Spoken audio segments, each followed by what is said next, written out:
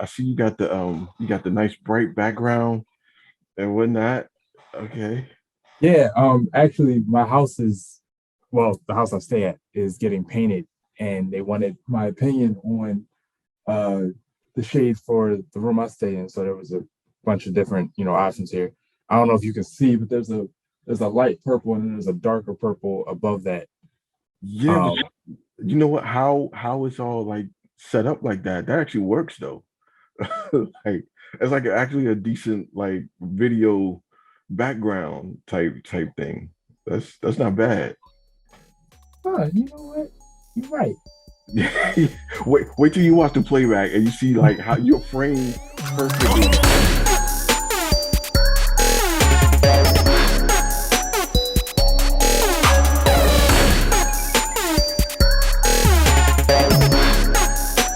That's kind of wild.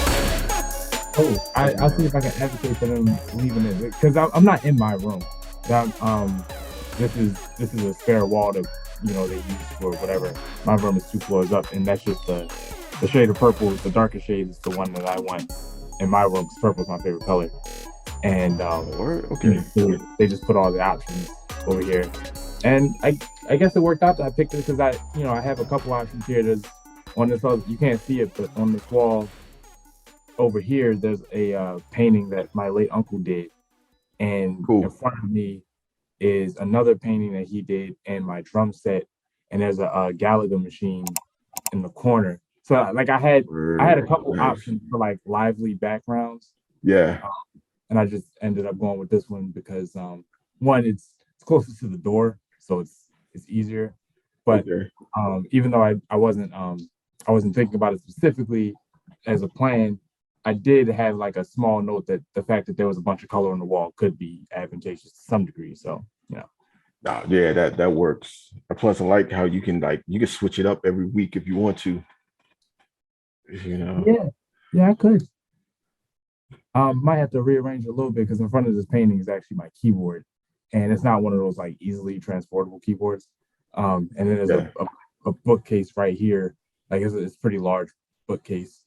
Um, they put all of the stuff down here, so Yeah, that's. I mean, at least you can see you can switch yours up every week. This all you got with me. Like, get used to this.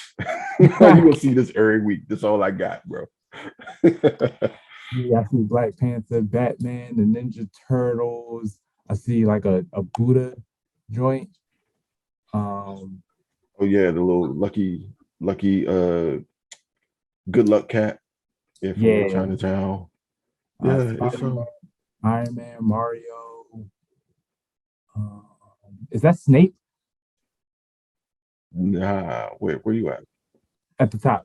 I see a black something in black. Oh, that's Sephiroth from Final Fantasy VII, Oh wow, I was way off.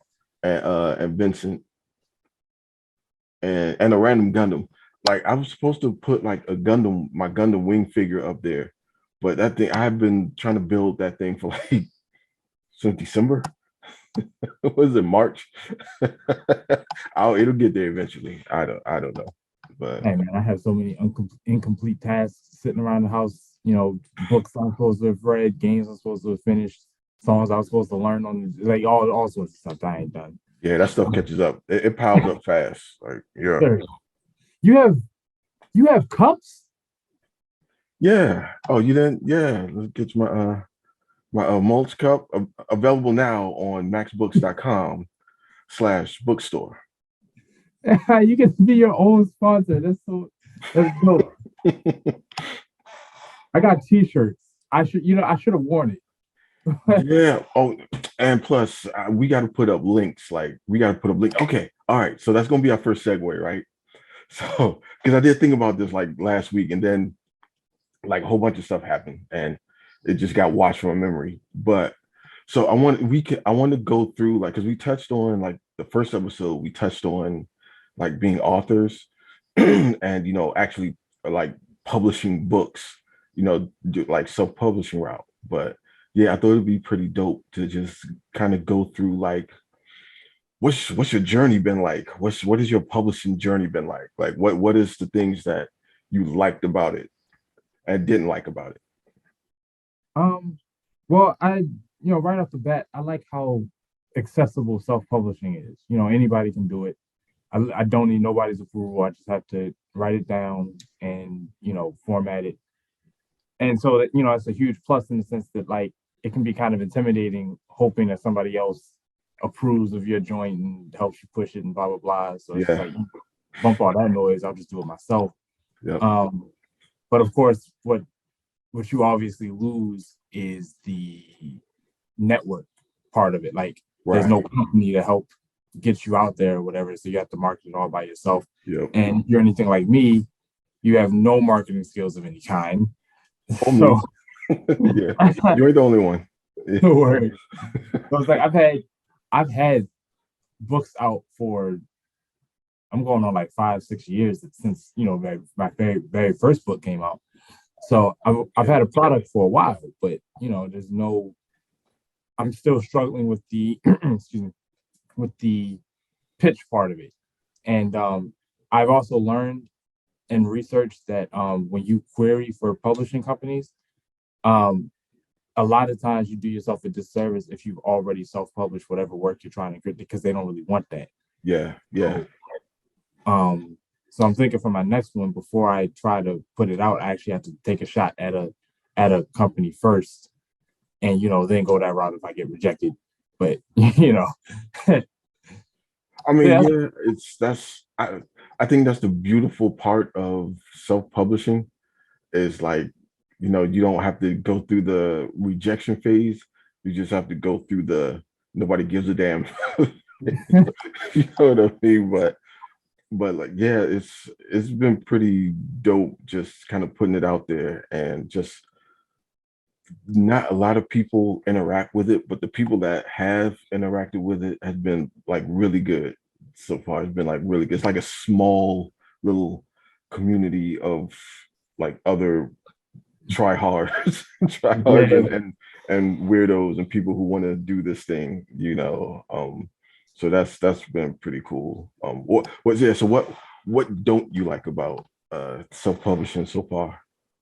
Honestly, the only thing I don't like is the fact that I don't get the reach. That's really the only problem I have. Also, um, you have to edit it all yourself, so you have to be able to catch your own mistakes, and that doesn't always happen. In fact, that almost never happens. So, I don't have any. I've forced myself to read through my books because Ooh, I'm really self conscious about my own work, but I've made myself do it, and I haven't found any like huge errors, but each one has like a typo here and there. Like there's two e's in the word that should only have one e, which yeah. a professional editor would have caught. So there's that, but I can live with that. Yeah, that's so as far as like that part of it, I remember because I got really frustrated like one night, actually like a couple weeks, like because it's just like it's really hard to find like good help. It's really hard to find people who genuinely want to help you and not just rip you off or something. You know what I mean? Yes, And sir. so I what I was like 1 in the morning one night. I was like in bed, just in my phone, just like, man, what the hell? I'm trying. I just need to get it edited. If I can get like a good editor, I'm pretty sure the book can be like so much better than it is. And I just put a LinkedIn post for it, like a job post for it on LinkedIn. Just spur the moment, not thinking about it. You know what I mean? And like when I got up that next morning, it was like 100 or some people that like applied to that listing. And I was immediately like, oh God, what have I done? So, but and yeah, there's still a horror story. And even in that process, like I was able to, I think out of the 100 or so, there was like six, six or so people like resumes I just pulled out and they were like really really solid people like actual professional editors and whatnot and so I had to kind of like think on my feet at that point and just like what is a good price point or how much can I offer these people that to like make them want to do some work and I wound up finding like a really good editor though and yeah, she like an actual professional editor. You know what I'm saying? And yeah, she's awesome. I love her. I swear by her. Um, and she really did make the book way better. Like, cause she did the copy edit and also like some developmental editing on it. And and because I was working then, so I kind of took the model of I'm just gonna use this as a hobby, kind of, and Mhm. I'm gonna invest in myself, and just kind of like try to make enough money that's worth her like putting that much effort into it. You know what I mean? And yeah, it came out really good. Like I'm because I first released the book, I was He-Man and everything. I just did everything on my own, and it's all right. It was okay. But like you said, like trying to read through it myself and catch mistakes and all that stuff. It's just nah, that's not for me. And plus, I'm I'm kind of my own worst critic too. So all I read is flaw. Like every word is just flaw, flaw, flaw, Well, flaw. yeah. And so like yeah, she really helped me out, man. And I can't wait to whenever I get into my second book, which I hope is like sometime this year, to hand her that manuscript too. Um, but yeah, so I think what I like most about it is you cut straight through the middle people, because like we have books that's on Amazon right now, like Yeah. it's right now. You can go click that thing and buy it and read it right now. And I think that's dope as hell. Like you just cut through all the BS, all the red tape, and you just go straight to the consumer. And like you Word, said, but now go ahead. oh, go ahead. Oh, okay. All right. All right. I will say, despite how much I enjoy it being, available whenever you want, you go click on it. I got to tell you, man, there's nothing better than like handing it to someone. Like, I'll tell you a quick story. One of my friends, their family not like fond of me at all, uh, for reasons I ain't even gonna go into. But some are fair, some are unfair. But the point is, they don't really rock with me. Now, on this particular day, I gave him a reason not to rock with me. Like it was a bad look. I had a really bad day at church, and I was exhausted, like mentally and physically. I was drained, bro. I Been there. and I came back to their crib, and I basically collapsed on the floor. Like I fell out. I was so tired, man. I couldn't do it. So her family comes in, like your grandparents, right? Now, one of my books is in her house because she bought one from me. Mhm. And so when they come in, there's a grown man asleep on their floor. So like I understand that it was a bad look, right? They're just like, yo, what is this? Get up. Now, so I'm just not gonna cut. Now I wake up because I heard them come in, but I was up, but I wasn't getting up. So I just kept laying there. But they were like, yo, what is he? What's wrong with him? And after I heard that, I was like, I can't let her. I can't keep laying here and make her have to defend me because I gotta come to her aid. So I got up and I got on the couch and I was just I was chilling. And so with that aesthetic in mind, with having been perceived that way, there was a moment where they're sitting at the kitchen table and the grandmother picks up the book, right? My book. She doesn't know it's my book. She picks it up. She gives it a look and she turns it over and my face is on it. And there's like this pause of like, hell no. This is like a 500-page book, right? Like this is it's long. And you can just see her the gears turning like this is not his. There's no way. Yeah, she thought you was some of this tweaked out nigga just laying on the floor. Her granddaughter got some tweaked out nigga in here. I've had I've had so many experiences of like, you did this? Yeah, I did that. And it's like it's not even on some like, I did something for like it's Oscar, well not Oscar, you don't get Oscars for books or whatever. Like it's not like award worthy, whatever, but just that moment of just when they realize they're holding something that I made, they turn it over and they see my face And because they always, without fail, when I hand them a book, they always think I'm recommending them a book, right? They're like, oh, okay, I'll check it out. And then it's like, who's buying this? Oh, Oh, it's yeah, you. yeah. So like I don't get that experience when you click on Amazon. You know what I mean? Like I'm not That's there true. when Yeah, you yeah, find out. yeah. I don't see. I don't. I have the thing where like I don't. A lot of like friends and family I associate with have no idea I'm even like into like literature at all, right? And so yeah, there's this thing of like Alex wrote a book. Alex wrote a book. What the hell is that about? You know what I mean? Which I don't blame them because it's like, yeah, they don't really like nobody really knows that I'm like into it like that. You know what I mean? So I, yeah, I don't. The few times that I have handed a book over or told people about books, I get, I get the look, the kind of like, the hell, what you reading the book for? And then when I tell people what it's about, like it's that 1,000 yard stare kind of that just come over people's faces. Like, yeah, it's a black farmer and his family down in St. Mary's County, Maryland. It's like some weird alien creature that's like comes in the night and like stalks them, and like they gotta fight against the weird alien creature. And then it's just like, yeah, I'll check it out. Yeah, I'll see that. So Half the time they don't see that. yeah, Um, it's like, yeah, okay, right, next. Yeah. I gave it to my grandfather, right? And to my grandfather's credit, to my grandparents' credit, they ride for me, right? Like they've read everything that I've written, but like it's not always accessible to. Like I remember my grandfather was telling me how he read it from cover to cover, and he specifically, this is a direct quote.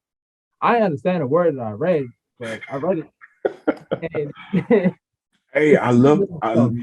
you gotta love the dedication though. Yeah, Yeah, like I get it. It's like you like he reads, Nelson Mandela and Ta-Nehisi Coates and Sojourner Truth, real literature, and I'm sitting here telling superhero stories about demons and all of this stuff and whatnot. He's right. like, I mean, Yeah, I know. My cousin actually wrote like a really good book. Oh my God, no, don't. I'm blanking on the name. Why am I blanking on the name? Don't do that. Yeah, it's something about so what, but it's mainly it's like a self help kind of book, but it's also got it's like honoring her dad, who's my uncle that passed away from COVID back in 2020, and it's really good, and I'm like immensely proud of her. She's doing her thing too, right? Like she's got interviews. You know what I'm saying? I think she might have an agent or something. You know what I mean? I like every time I hop on Instagram, I'm just like, yo, shit, what's she doing now? You know what I mean? But yeah, like I understand like the nonfiction is really huge right now, especially nonfiction for like black people. Like black nonfiction is really huge right now. So like I understand my weird sci-fi horror thriller book. It's just nobody nobody's checking for that really. But I am I'm happy I did it, man. Like I actually it's that thing like, yeah, I wrote a book. I got something out there. Like it's in Amazon and uh Barnes and Noble and Books a Million and all that. And it's like, okay, that's pretty rad, man. Like, is anybody looking for like African fantasy with like dragons and wizards and stuff? all of us black nerds. Okay, yeah. So I'll just I'll just mainline the blurs then. Yeah, like But talk about that. I've been seeing some stuff. Um, I've been seeing some hot takes, both society on society and relationships and the war that's going on. Like there's, I've been seeing all sorts of stuff, and I'm like, I have so much to say about this. And I'm not saying that they're like intellectually sound or anything like that. I just have opinions. You know what I mean? right, Some yeah, of yeah. them informed, some of them completely uninformed. But I feel like running my mouth. I watched a video this morning of a Ukraine building. It just went up, right? Like it's just caught on camera. The whole building just explodes, and I'm like, damn.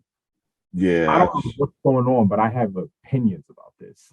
yeah, I know. I saw a couple of videos like that where just a building just out the blue, just boom, it's just and it's just gone, right? And I see a lot of like the Ukraine sympathy and all that out there, but man, I don't know. Like a lot of people want to like main media, like news media, want to sweep under the rug like just how they're treating like African students and like African migrants over there.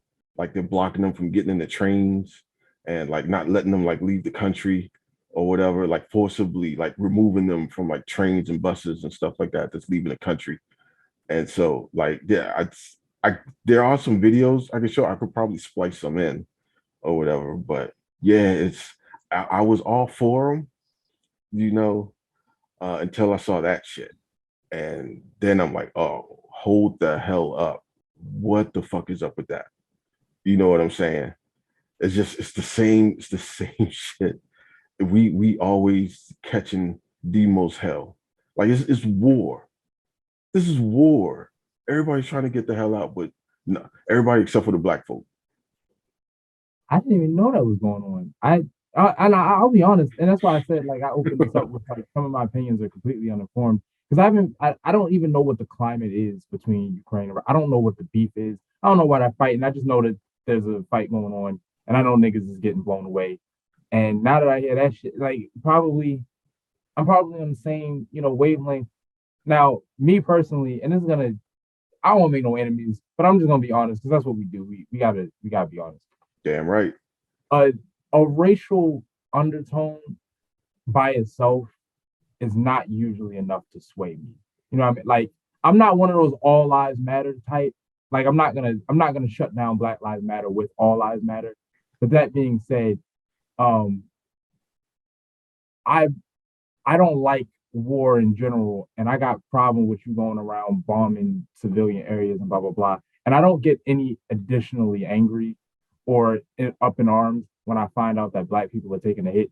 But I mean, not to say that's not fucked up, Yeah. and that it shouldn't be dealt with. However, it is you deal with these kinds of things. But I tell you what, bro, I saw. I, oh my goodness, this one might get me in trouble. I saw uh, I saw a military ad earlier today, like today, and it was like it was this woman telling a story about how she came up in a two mother household and she all her life she's been taking down stereotypes and she's been proving her worth or whatever and deciding that unconventional can get the job done or whatever, and she's part of the military now. I think she said she was a marine, and Okay. she was like, I joined the military to find myself and something along those lines. I don't want to say that's a direct quote because I don't want to butcher her words, but that was like the spirit of what she was saying, and it was like really like inspiring from like a you overcame opposition kind of way. But I couldn't help but think I was like, Okay. yo, am I sending the I want to find myself person into Ukraine where Russians are just shooting children in the face? Is is that the front line? Yes, that's the front line. Oh, This I like the military is full of like the front lines is full of 18, 19, 20-year-old kids who were given a helmet and a gun and told to go out there and just shoot up as many of the mugs as you can. That's yeah, there's a bunch of kids out there on the front line.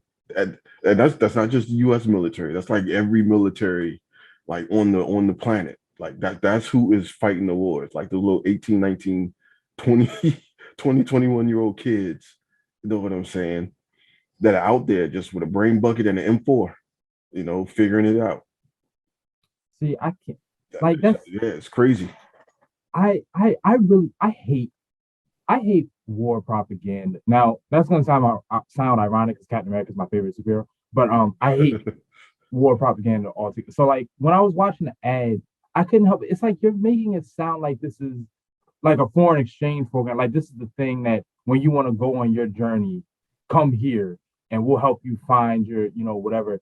As if you're not going to be shipping them off into the mud where people are trying to kill you. And like, I need, if you're going to tell me that my protection is in somebody's hand, I need somebody who's not looking for their own growth. I need somebody who's looking to murder. And that's gross, but war is gross.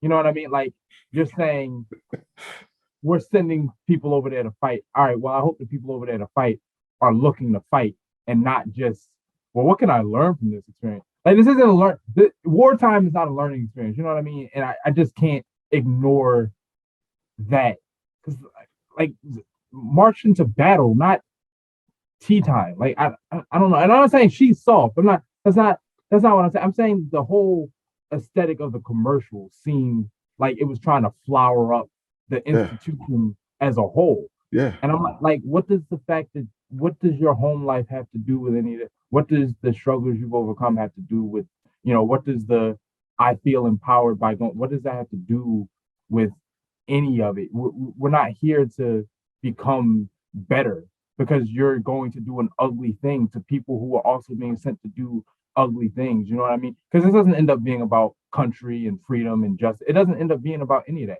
You end up over there and your goal is to stay alive. And if you can, keep your buddy alive. Ain't nobody waving no fucking flags. You know what I mean? Like that's all part of the rhetoric. But when you're in the middle of a fight, it's not really about what you're fighting for. It's just making sure you don't get your ass kicked.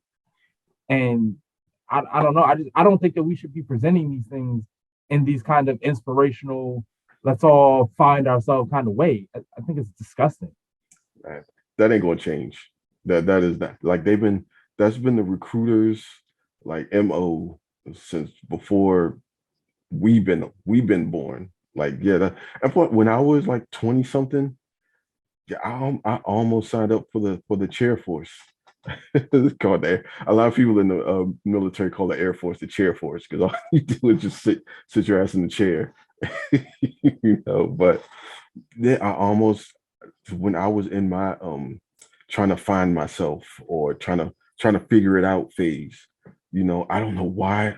I don't know why that seems like a viable option, to anybody who's like, young and college ain't for them. You ain't good in the sport. There's no job that you can really hold down or something. So it's like, well, join the military. It's like, no, no, that might not be a good idea. Now there are some people who get into that and excel, right? Because I mean, other than like you might have to, if a war kicks off, you got to join the front lines. It's like there's like solid careers in there too. Like if I had joined the chair force back in this was like around Iraq wartime, I want to say '05-ish or something like that. '04, from '03 to '05 is around like the time I was looking. I probably would be retired right now or like close to like retirement with like a pension or something like that, right? So I gotta kick myself. Yeah. So okay, check this out. Check this. The reason I did not enlist, like, because the recruiter was giving me all this. Oh yeah, you can work on like are you in the IT? Yeah, you can work on like routing, like IT machines and like so like for the satellites that's out in space and sending data to like the cruisers out in the sea and we can do all this good stuff for you. We can send you over to like Italy, we send you to Korea, we send you to Japan. And it's like, okay, I took the ASVAB and I'm going to sign like the paperwork. And he said, all right, so here we got the only thing we got for you is we're going to strap a bucket on your head and we're going to send you to Afghanistan.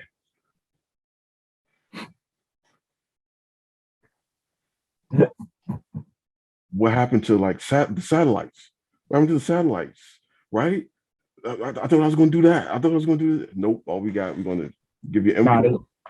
they knocked these two towers down, so all that shit went out the window. Did you see that? You see that? You missed that part? Yeah, man, he tried to build that up. So when he said, "Yeah, we're gonna strap a bucket on your head, we're gonna send you to Afghanistan," I was like, "Let me think about it. I'll think about it. I'll be right back. Let me think. I gotta go pick up some cigarettes. I'm coming back. Basically, no, I just there's a thing. There's a thing I got a thing I gotta do. Yeah, let me go. But yeah, but I mean, yeah, when you're in your when you're kind of vulnerable like that, and you're in your like mid to early 20s, and like you're floating, kind of, you're not sure which way. Yeah, I don't know why the military seems like a vibe. I think it's just the recruiters. They just hype all that stuff up like they did me. And so when it was actually time to sign the paper to enlist, I mean, thank God he gave me the real, because I'd have been like getting shot at in Afghanistan, pissed. Like what in the shit did y'all put me in, man? I ain't signed up for this. You wouldn't know me, man. I got friends in the military in most of the branches of the military. I think I have at least one friend in all the main branches of the military, except the Marines. I don't think I know a Marine.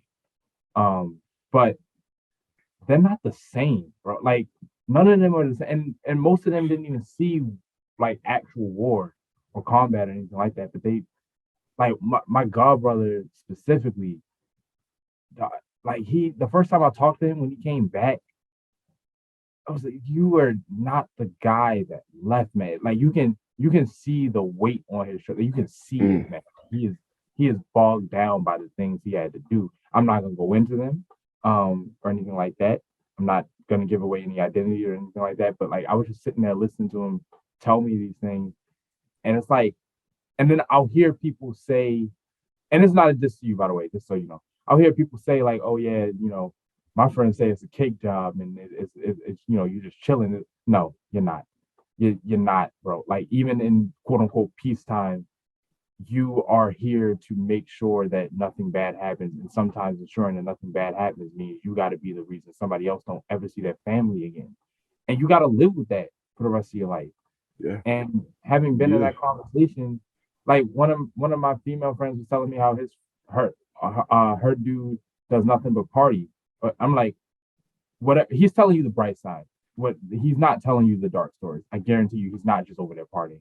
That's not how it works, bro. yeah, yeah. That's not how it A works. lot of that stuff they do is classified, like when they're like overseas or like on these bases and stuff. Because I mean, even though we're not actively at war, there's always some shit going on behind the scenes, always. And yeah, that they are our first defense. Like for some reason, I guess just working around DC, like, and just being around the federal government a lot, like I do run into a lot of like ex-military people, and yeah, they do have stories. They do have stories. Including this one dude I worked with a couple years ago, actually, and yeah, he was crazy dude, like crazy ass dude, but he seemed fun as hell. And it's like, I guess when if you do enlist and you find yourself over there, that's one thing too. Like you make friends for life type of deal. Because like once you and your platoon or whatever are like kind of in the shit, or like, you guys are doing what they're doing, like, yeah, it's like a camaraderie that kind of like that follows you throughout your life. So I mean that's kind of a plus, you know what I mean? But nah, that military life ain't for me, bro. Nah. But yeah, I don't know. All right, so where we at now? So Well, we did Batman, Genius, and Last Kingdom. all right, what do we want to do? I You know what? We can get Genius out the way. I was thinking that. We Let's, can get let's go. Genius out the way. Yeah, I'm not the biggest Kanye fan at this point, in 2022. However, I can say that when he first came out with College Dropout, that CD, that's a certified classic CD. Like that's one thing you can't take away from him. And when it came out, I was in that came out right around that time. I was like floating, like thinking about joining the military. I think I ended up working at the post office, like when it came out. One of the 50 jobs I've had in my life. But and I remember just casing mail. Like when you get mail in the post office, they just throw buckets of mail like right at your desk, and so you have to sit there and just case the mail like in alignment of the route, and it's man, that's like the most mind numbing, tedious, fucking just kill me now type of jobs. Like, that was the worst part. The best part was actually going out and like putting the mail in the thing. That was always fun, but you had to get there, you know. And I remember just putting my headphones on and just vibing out to that CD. I think Spaceship was probably like the one song I had on repeat in there. It was like I've been working this slave shift and I ain't made shit. I just wish I could get in this spaceship and fly. It hit me, it just hit me in my heart right then. I'm just sitting there, just mountain of mail, and I'm just like, oh my God, man, I just gotta do this shit. And like Jesus Walks, you know, that was I hadn't heard nothing quite like that before, you know, from a hip hop artist.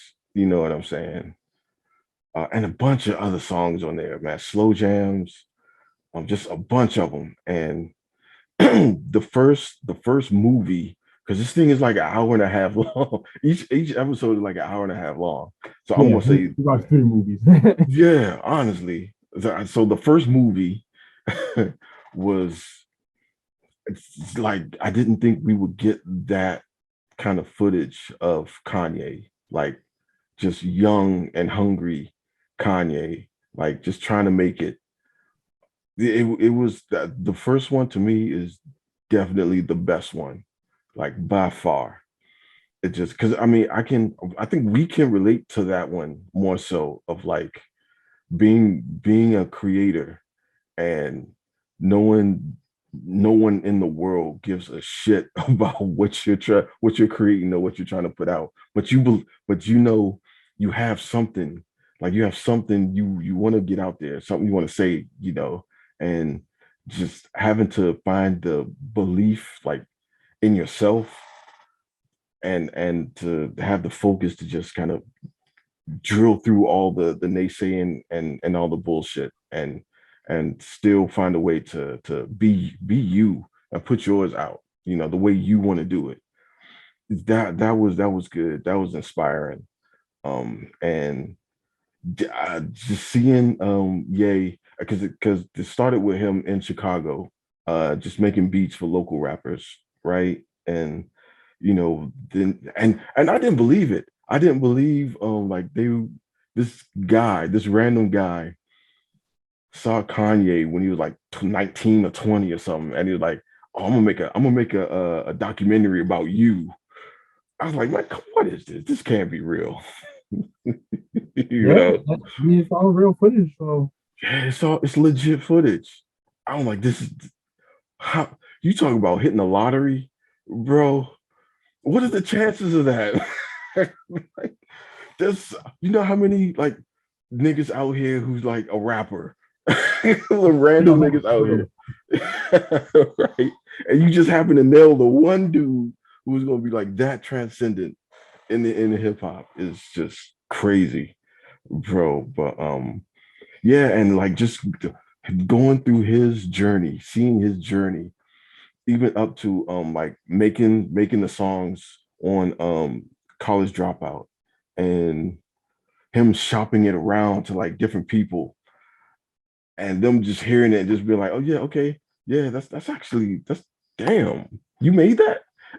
You know, like seeing that reaction was really cool, especially seeing him walk around the Rockefeller Studios mhm. and he's playing like All Falls Down and like this one of these amazing songs that to this day is just it's insane how poignant and how good that damn song is, right? And he's just sitting there playing it to random people and they just kind of giving them the 1,000 yard stare like, okay, why are you in my office right now like playing music? It's insane like to think that he's rapping All Falls Down, like, which is one of the reasons people call Kanye a genius. And people are just sitting there, just like, yeah, oh, okay, please leave my office. It's crazy to me. It's like, dog, he has a gold mine right there. Like he just has a gold mine and nobody's trying to hear it. It's- that's wild. But yeah, what did you think about it? Well, here's the thing. I don't know dick about Kanye, bro. Like I know nothing. I know all of the lights and no church in the wild. That's me. With That's it. yes, That's that's it. that is it, bro. I don't I don't know Oh Kanye. my god. Yeah, I dog. I'm telling you, I was in when I was in high school. They did all of the lights for a pep rally, and there was a dude there that did a drum solo to it, and like he killed the solo. And I was like, damn, I don't know what song this is, but I want to hear this. I know I'm not gonna get the drum solo, but it just made me love the song because the marching band did the song, and then he comes in with this Yeah. badass solo. So I went and listened to it, and I if there's any indication of the two Kanye songs I've heard, I'm 2 for 2. So I'm pretty sure that I would like most of the stuff that he puts out if I ever sat down and listened to it. But I'm not a huge hip hop guy, and I don't like playing catch up. So when you're like 6 albums in, 7 albums in, or whatever, and I wasn't there for none of it, I just miss you as an artist. I'm never gonna catch up with you. So I was watching it strictly from the eyes of well, let me see what this is about. Nothing got contextualized for me or anything like that because I didn't have anything to contextualize. I know he said some wild stuff, in years prior. I know that he can be a controversial figure, but I've never really paid super close attention to all of that. I remember the I'm running for president shit that he Yeah, did yeah, yeah. and See, slavery was a choice. I remember that. yeah, yeah, that's yeah, those are one of the reasons. Those are some of the reasons why I'm not rocking with Kanye in 2022. However, Kanye in 2004, 2005 was crazy because I remember I've always been into hip hop. I think that's established this for you, right? So yeah, I remember when Through the Wire came out. Like it was insane, bro. Like you mean to tell me, and because you could hear like he broke his jaw, and you Mhm. can hear him like rapping with his mouth wired shut, and he's just spitting bars or whatnot. I was like, oh, that is crazy. And the beat was insane. Like how we flipped that Shaka Khan beat was crazy. And like, yeah, the whole thing come together. Like he's on Rockefeller now. No, you see that at the end of the video. It was massive. It was everywhere. Every damn where. Like it hit pretty hard. Um and yeah, I would say Kanye's discography for me, okay, I would say definitely check out College Dropout, Late Registration, and then you probably good for My Dark Twisted Fantasy. Because I think for most people, most hip hop heads would say My Dark Twisted Fantasy is his best, like, album. But for me, it's always gonna be College Dropout. It was too many, it was too many songs that resonated with me, like an average, weird, nerdy black dude, and that's what his appeal was too. Like he's the reason why the term backpacker exists, because it was like the hip hop nerds, like the nerdy kid, the kids that's not out in the streets, the kids that's not the thugs that are in the hip hop, that was kind of his lane, because he came out with the backpack and the pink polo back in the era when like everybody was a super killer, and they're gonna sell you drugs and then shoot you and then take your girl. Oh my you know god. yeah, that still is the era. One of the things I cannot stand about hip-hop is every nigga says the same damn thing. They've been saying the same thing for like 30 years now. I'm gonna sell you drugs, I'm gonna shoot you, I'm gonna take your girl. You can know if you go to any hip-hop station, like 8 out of 10 songs, it'll be the same shit. I'm gonna sell drugs, check. I'm gonna shoot you, nigga, check. Nigga, I'm gonna steal your girl. Yeah, all right, there we go. Next, we hit the trifecta. Well, I But don't smoke, and I'm depressed, and I don't got no girl. So, what you gonna do to me, nigga? Like, I guess I'm just gonna shoot you. They don't. That's not in the rule book. Excuse me. He's not in the rule book. I don't know how to handle this. Oh, okay, word. All right. I mean, all I got to say is if you gonna shoot me, you better pray to God you don't miss. I promise you, bro. Oh, I these niggas promise. missing. They ain't about it like that. They gonna miss you. Don't worry about it. But but yeah, that I would that's my main takeaway from like the first one is my favorite. So you don't know, yeah, you don't know about Mace, right? Mace, with Puff back in. No, you don't know. I know Puff Daddy is allegedly a piece of shit, but Wow, like why is he a piece of? Wait, what did he do? He most likely is. I just don't know I why. heard he did like a lot of. This is what I heard. I heard he did like a lot of people foul on like their contracts or whatever. Like he's like really Oh sleazy yeah, kind of shit. well yeah, Um, yeah. no, but that's all I know about it. And that he was in the Raising the Sun movie. But outside of that, I don't know anything about him. I mean, I don't that honestly that don't make him a piece of shit. That just makes him a great businessman. Makes him an asshole, bro. Come on, man. Don't do that. Don't don't don't side with the one percenters. I'm not sure. I have no horse in this race. I'm just saying that just makes him a good businessman. That's all that means. Rip things, bro. But because I mean, if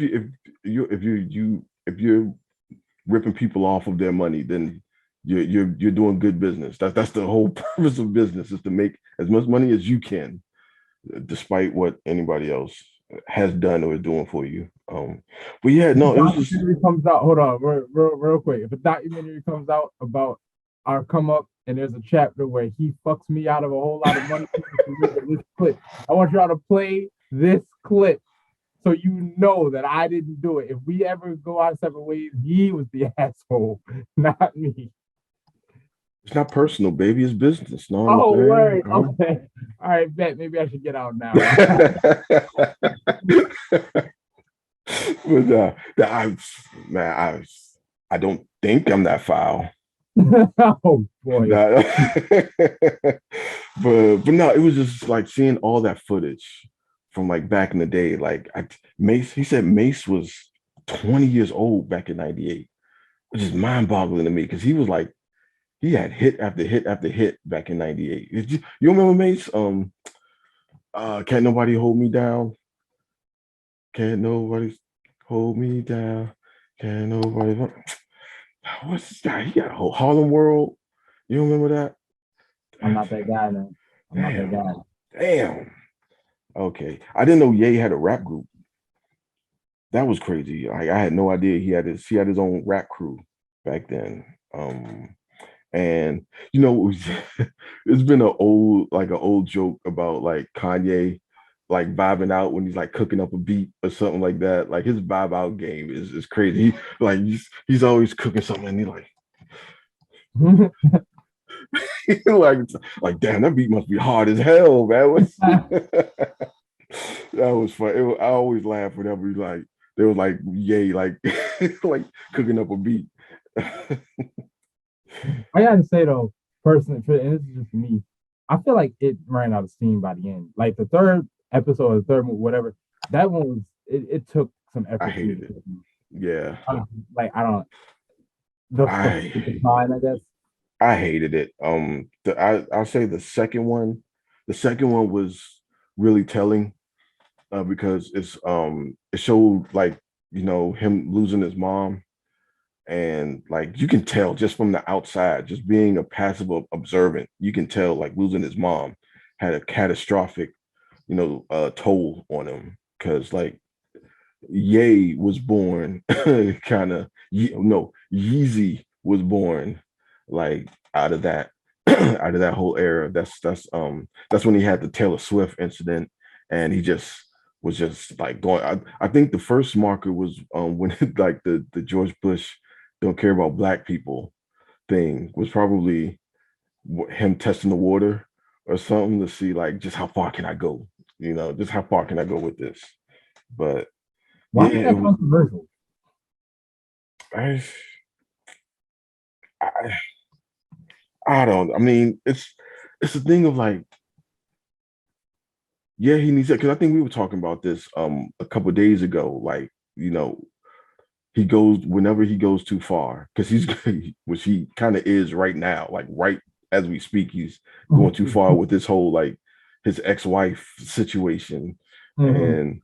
And in a couple days or a week, I'm telling you, he's gonna pull out the mental health card or he's gonna pull out the black card. Like that's what he do. You know what I'm saying? And as I think without having, because he might be one of those people like he's rich as hell, he's famous as hell. Mhm. What you gonna tell Kanye? You know, what you gonna tell him? Honestly, like he could have like the guy who was doing the documentary was is like one Mhm. of his close friends, and he ain't listening. He ain't listening to that nigga. Like if you tell him like, yo, that ain't cool or whatever, whatever, you think like yeah, honestly would like heed his advice or whatever. Yeah. Probably not. Yeah, know what I'm saying? So I mean, but I will say like the third one, it was like I kind of see him as like this kind of lost, hurt child almost, with just all the money in the world. So you can just kind of roam the earth as this Mhm. kind of like really hurt, grieving child almost, because he was talking to his dad and his dad is just going through the motions. Dad just going through the motions with him. There's nothing you could tell just through the phone call. There's nothing really there. You know what I mean? And Write your speech next time, son. yeah, it's just so he's looking for the warmth and the guidance maybe that his mom would could give him, and that's the only person he probably would listen to or heed. And yeah, he's just grieving that, and so he just whatever hits his brain, he's just gonna go with. Oh yeah, slavery was a choice. It's just like, yeah, what the fuck are you talking about, man? Like, yeah, this Trump hat gives me superpowers. Like, Oh, okay. okay, man. But yeah, I don't know what you think about it. What did you take away from it? I mean, it was a nicely shot documentary. It was edited well. It was an interesting story. But like, I mean, I'm not gonna watch it again. You know what I mean? Like, I know now. I know the story. It's not documentaries aren't typically something I rewatch anyway. In terms of like, does it get a recommendation? I mean, if you care about Kanye, sure, absolutely. Or even if you just want to watch a particularly interesting documentary, you don't necessarily have a stake in Kanye. I would say that it's really professionally well done. Yeah, Um, but I don't know. It's hard because it was definitely one of those things that like even going into it, I was like, I'm sure there's an interesting story in here, but I don't know anything about Kanye West, and I don't particularly personally care about Kanye West.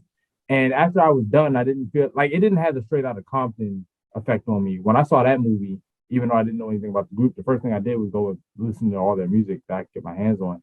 Um, I didn't do that with this. I didn't feel compelled to do that with this. Now, granted, this was just strictly a documentary. It was footage that was spliced together. Straight Outta Compton was actually a movie, right, so right, yeah. maybe if they did that, maybe it would have a different effect. But it's not bad. Yeah, I think this was probably better than if we got like a Kanye, like the Kanye movie that comes out might not be, well, it definitely won't be as in depth as this, you know.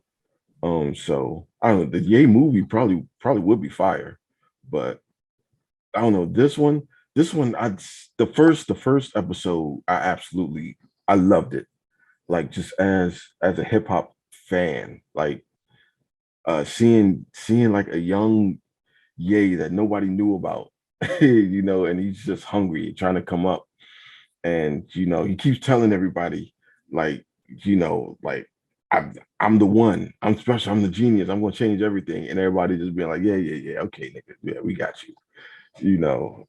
That was interesting. And also just seeing it from the eyes of a creator or someone who's trying to like be creative was just it was eye-opening, man. It was good, man. That was something a little special to just like keep going, like take that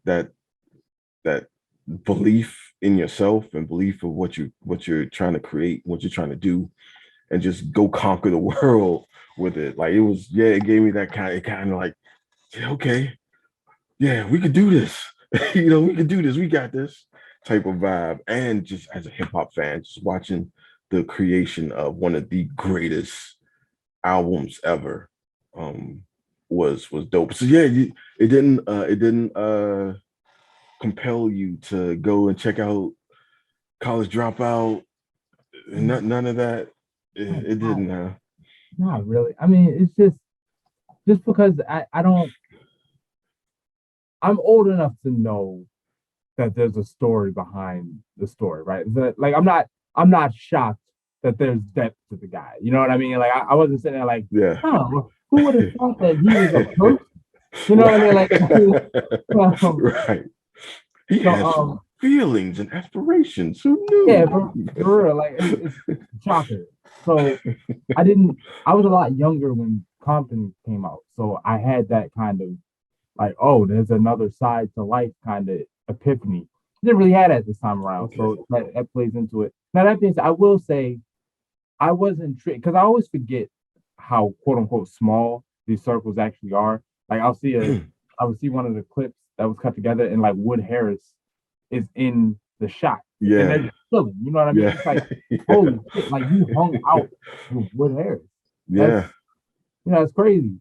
And so I like but a lot of that stuff is in the first episode. I like seeing stuff like that just to see, you know, the world and the fact that these people know these other people. Wood Harris is on his own journey, and there's a shot with Common, and Common has his own thing going on or whatever. Yeah. And all of these influential people at some point in time show up as background characters for someone else's story. Um, not knowing that they're in the presence of who is one day gonna be. It's like one day I'm gonna be Wood Harris. Like I'm not yet, but one day I'm gonna be. I'm gonna be a Right. household name. Right. And here I am sitting next to Kanye, who's one day gonna be Jesus. Like, it's like, but did you know it at the time? Probably not. It's cool. Yeah. I think and that's what yeah. So if you're not really into hip hop, you probably wouldn't know that it's kind of a small, tight-knit community. Like everybody kind of knows that. That's why there's so many features on everybody's like albums, because everybody kind of they know a guy who knows a guy of the person, right? And they all have to like tour or whatever, and they all need beats, so they all go like hit up the same DJs and whatnot. So yeah, it is like behind the scenes, hip hop is like a really kind of like small, like kind of close community where like all the superstars in it have definitely like made music and hung out with each other. You know what I'm saying? On like and know each other like pretty regularly. And if you follow any like hip hop blogs or like podcasts and stuff, yeah, you kind of get that message like pretty clearly. Like, yeah, these dudes kind of know each other pretty well at a certain level. And also like seeing like all going back to 98 with a lot of this stuff and seeing like all these like John Legend and like all these people like when they were nobodies and like struggling trying to get like music made and heard and put out there is really fascinating, man. I loved it. And it is like kind of it's noteworthy in like hip hop. Like this I think this documentary will go down as like one of the moments in hip hop. It is really that deep and that dope. Like especially the first two episodes, movies really. Like that, and because it's interesting seeing like his relationship with Jay-Z too, like the behind the scenes with Jay, because I would have thought they were kind of like this or whatever. But no, they are not they are not that tight. There was a scene in there where they were at a party or whatever, and this is after like Kanye had like produced like mega hits for Jay-Z. You've heard of Jay Izzo, right? H to the Izzo, G to Yeah. the Izzy. Yeah, so that's one of the ones that the beats Kanye made for Jay. And so like you would think that they would be like that tight, but they were at a party and this is like after all of that was made, and they just in passing, like he's just kind of passing, I just kept it moving. I Keep was it like, moving. Yeah. damn, bro, that's wild. Like I thought they were like way tighter than that because the parents just make it seem like they're way tighter than, but I yeah, apparently not. But yeah, man, what's your score? What you giving it? 4 out of 5 for quality. 1 out of 5 for replay value.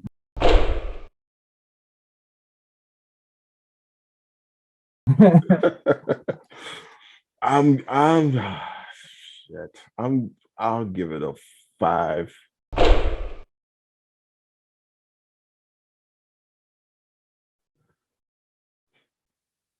I feel like I'm being too generous though.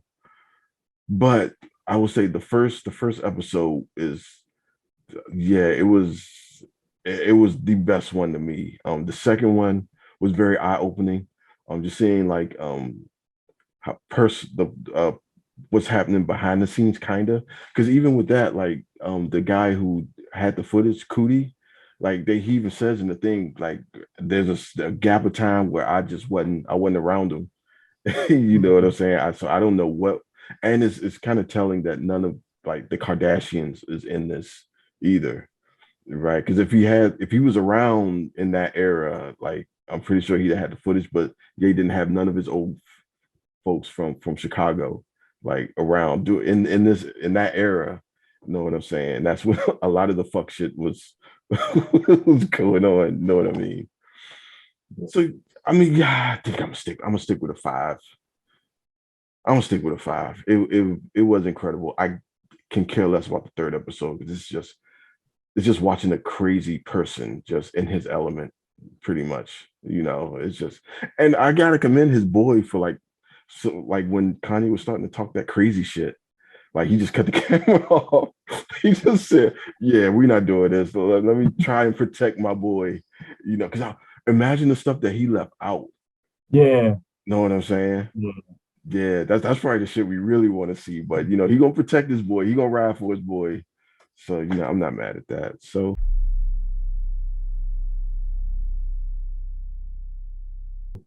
okay, a 9 out of 10. It's it's not bad. I mean, dang near perfect. Man. A little bit more. Yeah. All right. And now the Last Kingdom. You wrong for this. I'll tell you right up front. You wrong for this one, man. You Why? wrong. Why? I was.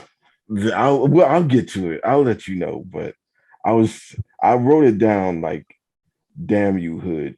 You ain't right for this. You're not rocking with the Ultra son of Ultra?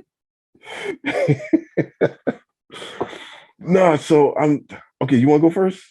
No. You gotta take Okay. this. Okay. Yeah. So The Last Kingdom, season one. So I put that caveat out there. Season one of The Last Kingdom. Um, I was not, it took me a while to get into it.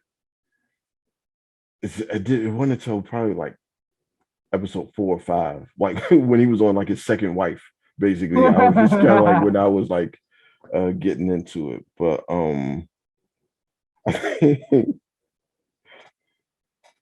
yeah, I think one of my favorite lines in here was from like the first episode or the second one.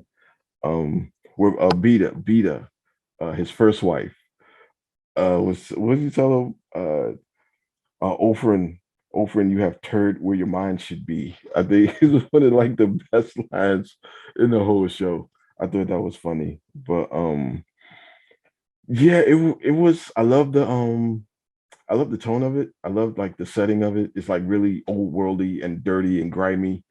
I think it's like old world England, right? Before England was England, Yeah. basically. And I don't understand why the Vikings were invading or whatever. So I didn't care to look it up either, but it'd be interesting to know, like, okay, why the hell all these Nords all of a sudden invading whack ass England? you know. A country who do knows. Like, Yeah, I guess. But yeah, what one of the early takeoffs in this is like so like after like midway through the first episode, when Ufrin was a little bastard as a kid. Like I hated him as a kid.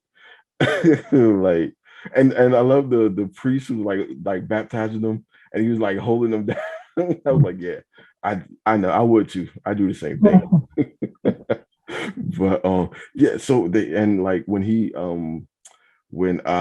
they adopted him, basically they bought him from like his family essentially, and like he threw him in the water, and so they like quick cut to like all you see is just like something like raised up from the water, and it's got these like nice. You see the back of these like nice shoulders and like the long hair Oh, and they covered got down. you. Yeah, man. I'm Oh, like, they oh got damn, okay, all right, here we go. And then his ass turn around. I'm like, oh, what about man? Why is she the prettiest damn thing in the whole show though? This nigga is the prettiest damn thing in the whole show. I was like, man, these some handsome looking women in this era, bro. These these some homely, handsome ass women. Like, no wonder y'all all y'all want to do is just war and kill because y'all ain't got no broads, man. Damn. I mean, okay, I know how I'm coming off right now. I know it's the pot calling the kettle black, but still, like, it's just they ain't got no broads in here, man. Like, where the females at, dog? But so he ends up marrying Beta, his first wife, which is because he's they call him Danes now, so he's pretty much full on Viking raider warrior right now.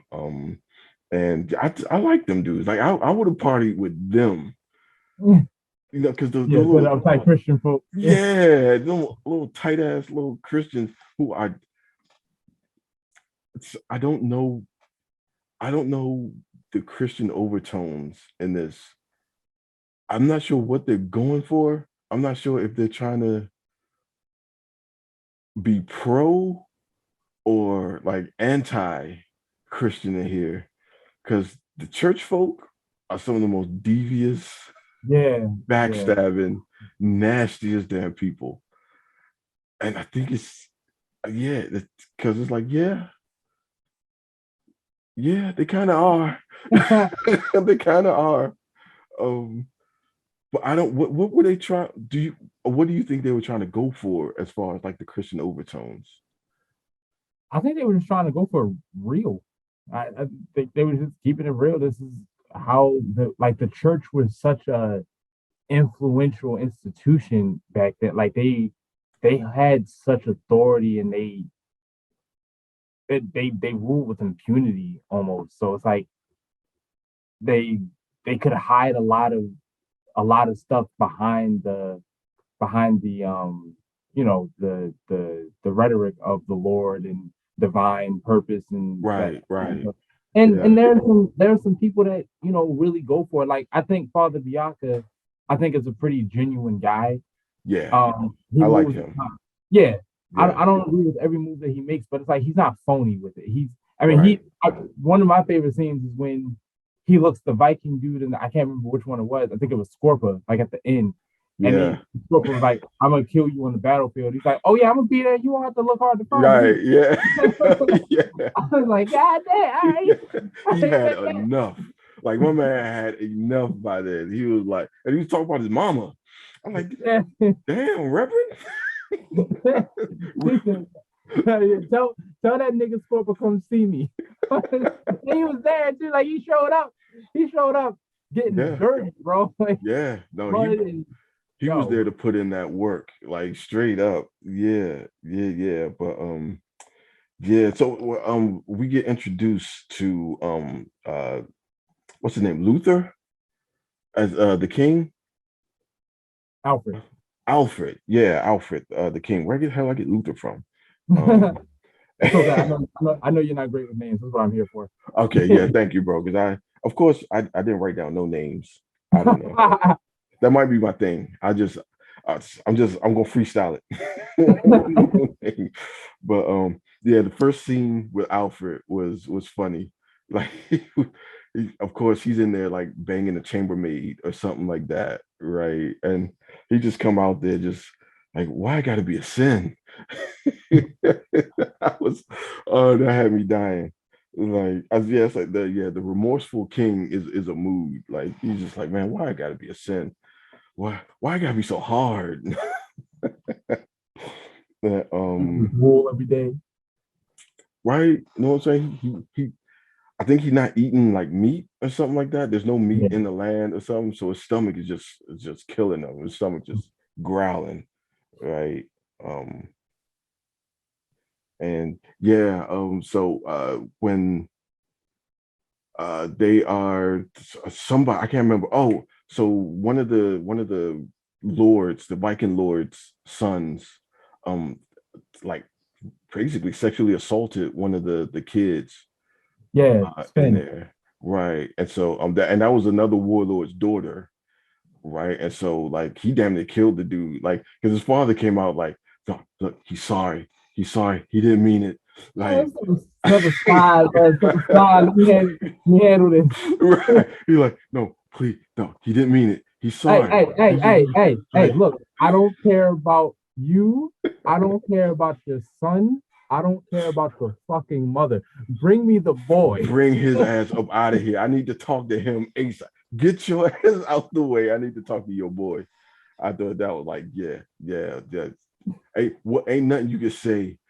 It's like, why are you talk at this point? Ain't no talking. You just all right, we gotta go. You know what I'm saying? Because I'm not gonna let you touch my son. Like, what? I don't give a damn who you are. You know what I'm saying? Like, nah, we Look gotta at go my to the depth. daughter's nakedness, bro. Like we might be on opposing sides on this one. No, there's nothing to say though. There's not like with the dude who like had his daughter assaulted, ain't nothing to say. And now so the dude whose dad is coming to basically deal with you is like, I ain't gonna let him just deal with my son. Like, so it's yeah, ain't no words, ain't no apologies, ain't no words. All right, just unsheath this. All right, we to the death. Let's go. You know what I'm saying? So He only took one eye. He was merciful. what's the Half naked? Yeah, half naked. All right, bet. I'll just take the one. but still, I don't know. I don't know if I could do it. I don't know if I could deal with that as a dad myself. Like you ain't gonna touch. I know my son is wrong. Like I got that, but you ain't gonna touch my kid. Like nah, we gotta go to the death, bro. I'll take your eyes too. Hands again. Yeah. uh yeah. So he ends up the son ends up trying to take revenge for the dude who took his eye basically Mhm. and like raided him at night. Uthrin and Brita were like out getting it on in the woods and whatnot. And so they saw the whole thing, but they escaped death or whatever. And so now the word is going around that Uthrin killed like his surrogate family, Yeah. basically, you know. And so that's a hard way to live. Like it's like because you're both Saxon and Dane, but you're neither Saxon or Dane at the same time is wild. And that was the tension that brought like kind of started getting interesting after a while too. Um, I and kept finding myself conflicted with the battle lines that were being drawn because of course at a certain point, I don't know you didn't get there yet, but I'll just touch on it briefly before we like really go in depth. But at a certain point, it put him at odds with his brother. It put him at odds with Rita. Like there were political marriages and political yeah, schemings and alliances and whatnot. And sometimes Brita was an ally, other times Brita had to be an enemy. And it was like there wasn't hatred there, but there was just like I have to be loyal to because it's like Uhtred makes a deal with the king. It's like he pledges his service for I think like a year or whatever. And it's yeah, like it's just obligation, man. I don't even believe in this, but it's like I gave the man my word. So it just yeah, gets really muddy as the show goes on, which yeah, made it compelling, but I was just like, damn, bro. That word, that honor, that's a big deal. I will say I thought it was bold to set up the vengeance storyline and then like really just go the whole season without that because even at the end of the first season, he's riding out to go find Sven and all. Like he hasn't even met him yet. You right, know. yeah.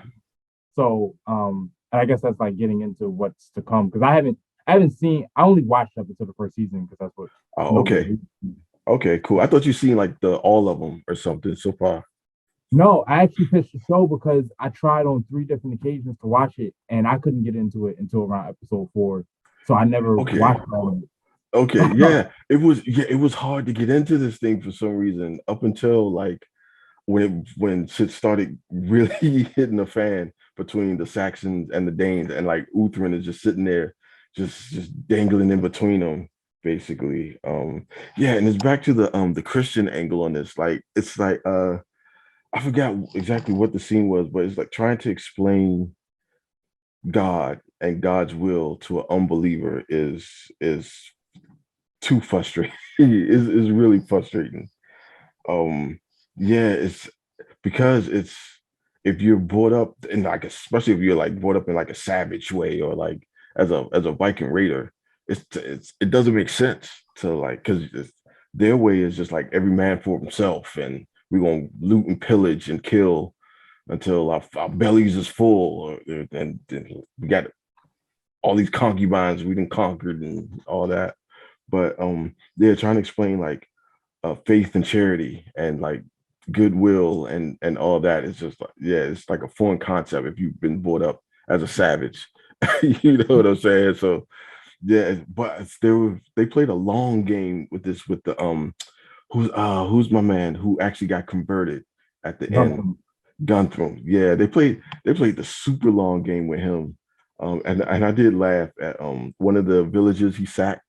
He had the pastor, like one of the fathers in the church, and he was trying to explain to him like you know God's will. If God wills it, he will stop the arrows from penetrating him or whatever, right? And Gunther's like, hmm, your God is that powerful? Well, let's test that. Yeah, bro. Oh, that was messed up, but I felt bad, but I did laugh at that. But I applauded the fact that they didn't like write some bullshit that kept him from getting shot. Like that dude died. Like Yeah, like straight up, like yeah. But I'm and that's I do that's what I'm confused kind of what that aspect of the show was because they have like pagan magic in this as well, which is effective too. yeah, yeah, Um, that did confuse me a little bit. yeah, right. And so it's just like, well, what are you trying to say in this? But in the overall thing, I kind of could you can see the hand of God like kind of moving, like how certain situations set up for this to happen, and then, like this situation set up for this to happen, and everything kind of come around full circle. Even though it is kind of loosely done, and Uthran has more lives than a damn cat. You know Oh yeah, for sure. Absolutely.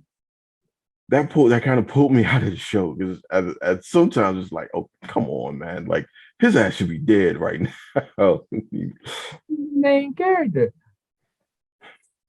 Yeah, and it's pretty ass just too you can't kill his. He's like still, and we are like 5 or 6 episodes in, and he's still the prettiest damn thing in the damn show. I'm like, with his damn like manicured goatee and shit. I'm like, man, I'm sick of this nigga, man. God, just um, My man Alex was struggling, right? what no broads, man. I was just Yeah. sitting there like, maybe I'm used to watching the Witcher, though. They have a strong female ratio in that one. That's Man, whatever. I can't with that show, bro. I can't do it. I tried. I give it another try if you pitch it, but like I tried, bro. I tried so it's hard. damn near the same show. I mean, the only difference is there's no Christianity in it, and there's like a bunch of monsters and stuff. That's the only difference. It's basically the same show almost. Those are two large differences, sir. All right, I get yeah, when the father first saw Brita for the first time, like him not knowing if she was a like she not knowing if she was a woman or not was funny as hell. I Because have to get the Lord. yeah, um, because I was the same way. But man, hey, she might have not been the finest, but she was a down ass chick, man. I like her. I knew that was gonna fall. But yeah, I like her. She was cool as hell, man. You talking about Yeah, like a ride for your man type of chick. I ain't gonna lie though, it's a little foul that like she knew that Uhtred had this agreement with Alfred and whatever. And when they meet back up, I'm not sure how long it's been. It's been at least some months. It's implied, definitely been some months. And when he sees her again, they embrace, and then she leans in. She says, "You should know, I'm Ragnar's woman now, like his brother. I'm with your brother now." Now, Yeah, granted, since then, Uhtred has been married off to Mildred or whatever her name was, so there's that. So it's like that's the cleanest way to handle it. But it's like from the standpoint of the fact that you didn't know he was gonna get married off. It ain't been that long. You already fucking his brother, bro. Like, come on, man. His brother. hey man, they Vikings, man. They foul. They ain't with that nicety shit, man. Shoot. Listen, man. Yeah, I have very few rules when it comes to the dating, right? And I'm not even particularly the whole like, well, if you dated them, hands off forever. If it's over, it's over. That's really how I personally feel. true. That being said, it was a few months, bro. Like, come on, bro. Give it to. I am coming back. You know what I mean? Like that was the agreement. You're expecting me to come back, but you just go. Man, that ain't guaranteed. We don't know if you're gonna see, we don't know if you're gonna get killed. We don't know what the hell gonna happen to you. Hey, it's war. All right. But You wait, want wait till you get news, but you can't keep your man. Whatever. I didn't like Rita. I should have put it out there. I did not rock with Rita for most of the show because she you was didn't? so. Nah, like when she wilding out at Alfred or whatever, I'm like, this man can order you to be hung or whatever. Like, watch yourself, bro. Like, and I don't like the way she was carrying Usher for a lot of it. Calling him dumb and everything like that. It's like my family got murdered, and they set my father on fire. They killed my father when I was a kid, and then they set my second father on fire, bro. I want my revenge. Stop telling me how dumb I am and help me get my revenge. Nah, hey, she wanted them savage chicks, man. No cut cards. You know what I'm saying? She gonna tell you about yourself. Also, and she might just stab you. You know what I'm saying? If you come at it wrong. I hope he dies. Yeah, they said. I mean, yeah, they left a cliffhanger with him and her and his brother in there. But speaking of Mildred, like his second wife, right? Like the one thing I love about the show, like I maybe I'm reading a little too much into it, but they're trying to put out like upgrading your wives might not be a bad thing. Like his wives Oh, got harder and harder, like as like yeah, if you notice his wives like insanely harder. we're Like the not having more this conversation again, bro. We're not doing this. oh, okay, all right. I'm just saying maybe it's me. It might just be me. Is reading Just take it into to the trading lot. it. I mean, the show said it. It's not me. I'm just watching the show. Okay. But did that not happen? I was No, like, listen. I I mean, don't particularly favor either one of them. This is gonna sound weird, but the woman I found oddly like really oddly attractive was Alfred's wife. Like every time I looked, her? yes, her. Like it was weird. It was weird. It was weird, Oh, bro. hell nah. I couldn't stand her. No, I hate her. I hate her. Like she's an asshole, but like I found her weirdly. Like I found Really? aesthetically, yeah, it was strange. But I was like, Uh, yo, she looks she looks like she looks like the type of person I would sneak around with. And something about that is just like appealing to me. You know what I mean? I yeah. would never admit it. I would never admit it. But No, like, that's exactly the type. That's exactly the type of chick. You just, hey, what up? What you doing? Or like a Tuesday night or something. You know what I'm saying? I ain't got nothing to do. What you doing? yeah, you don't you Good. don't you don't answer the phone when your friends are around. Right, yeah, you know what I'm saying? You just nah, hold on, I'll hit you up later. Don't call this number no more. Oh, Go ahead, go ahead. I appreciated that, she folded. Like when it came to somebody being like, I can save your daughter. I mean, I can save your son. I know you don't approve of my methods or whatever. She was like, look, make sure my son lives through this. We'll deal with the whole difference of ideology and Right, theology right. and whatnot. We'll deal with that afterwards. Just please say it like that. how broken she was, how desperate she was. Just please save my boy. I was like, all right, you're not all bad. You're human. Yeah, she was. Yeah, she. I mean, who can't sympathize with that? Like, yeah, please save my kid. I don't care what it costs. I don't care what you do. Just like save my kid. Yeah, most definitely. But a little earlier in there, we get to meet uh the king before Alfred. Um, he ended up dying in battle, I think. And so he had his other son in there who was a complete fuck up. Like he was just a drunk. He was in there like doing with Oh the yeah, yeah. Yeah. Okay. nastiest of hoes. You know what I'm saying? Waking up in barns and shit, like with scratching. You know what I'm saying? He got all kinds of crabs or whatever. And yeah, he with the scene where he like there was like somebody was using like a little trough as a horse bath, and the water looked so nasty and dirty, and she's like dipping a rag in there, like washing himself. And this man dipped his whole head in the water. I was like, oh god. Yeah. Ah, this is supposed to be the future king, huh? But he came through in the battlefield. In the end, He he came did. through. He came through. He definitely did. And I hated him at first too, but I ended up kind of liking him. Like by the end of the season, he was pretty cool. Um, um, Alfred sending Uthrin over to be a captive was a super dick move. Yeah. That was a super dick move, bro. Like What if I don't make it out? I mean, make it out, bro. Like I don't I care, I suggest you make it out. Like, wi- sir, come on, man. Like it was like Alfred was one of those characters where I couldn't and I still haven't decided if he's a man of honor. You know, like I know, like you said, he definitely has the best interest of his kingdom at heart, but I don't know if he like I can't see the angle. I'm trying to figure out is he gonna grow into the guy that I like, or is he gonna double down? Like, because I remember that scene where after his son is saved, when Father Bianca is trying to like drill into his head, the Lord is to be praised. I mean, like, please don't forget who really did it. We sent up all the prayers and the Hail Marys right? and everything like that. Yeah, And I'm like, are they suggesting that over time Alfred is gonna come to let all of this go and kind of grow into a different kind of person?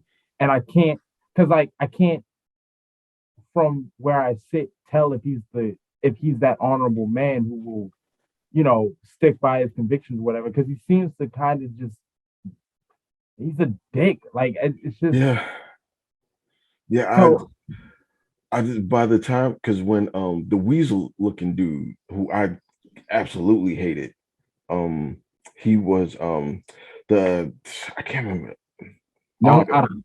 Yeah, Otter. Yeah, that dude. Oh my god. They cast the right dude to play that role because he Yep. looked like a damn weasel. Like towards the end of the season when Alfred was like trying to be incognito and he was like just walking around in there when Otter was giving his speech, basically trying to Mhm. usurp the crown, basically. Otter's dad saw saw the real king walking around like, oh shit, he about to hang me and him. Yeah. You know what I'm saying? So he like actually took his kid out, and I was like, as a dad, hey, sometimes I brought you in this world. Don't make me have to take Oh, you out.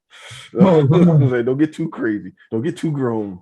No, I'm saying shit, I might have to take you out. I have to take you out, boy. I'm saying you getting too crazy. But yeah, and seeing Alfred just be like, "Nah, I'm not forgiving that. Like, yeah, bury your boy. But nah, he went too far. I'm not forgiving that one. That was yeah, that kind of to me that kind of hinted of him um being kingly, but also kind of getting kind of a complex, maybe, or something like that. You yeah. know. I smell some Daenerys. Oh, you think? Yeah, possibly, possibly. Oh, I can't wait. See, now I want to see season two to see like what exactly is going to transpire with that. But yeah, overall. Oh my God. And the Johnny Depp looking dude, the fake Johnny Depp looking guy who was a Dane who came in like towards the end. Back when when Uthrin and the guy who called him Ashling all the time, which Ashling is my new favorite like curse word at this point. Like I'm calling everybody Ashling from now on. Like when they decided because they got screwed over royally, like after they when Uthrin killed Appa, like one on one, in the battle, and then Otter took all the damn credit for it, you know. Yeah, that was They, bro, that blew me so bad. You have no idea, man. yeah, And I knew it was coming to like even before as soon as he killed Otter, I was like, Otter's gonna take the credit for this, ain't yeah. he? Oh yeah, we slayed them and it was a hard fought battle, but we got it. I was like, you bitch. Come on. You ain't do a damn thing. You know what I'm saying? I hated that. Oh my god, they did a good job with Otter because I hated that together. God Almighty. Um, and yeah, Uthran and them decided, well, we're gonna fake like we're like raiders and we're gonna go around and just like sack all the towns because we want to we trying to come up too. Yeah. We did all the work. We trying to come up, and they ended up running into some kingdom, and they told them that he had riches in a fort or something, Yeah. and so like the Danes that was in the fort came out, and like the leader was like this real treacherous dude who looked like a fake Johnny Depp. Yeah, that was Scorpa. Scorpa, that was his name. Yeah. Yeah, and so I remember in the last battle, the one that I was like, that one got me. Like I was like, shit, where's my sword, man? Where's my where's my shield? Let's go.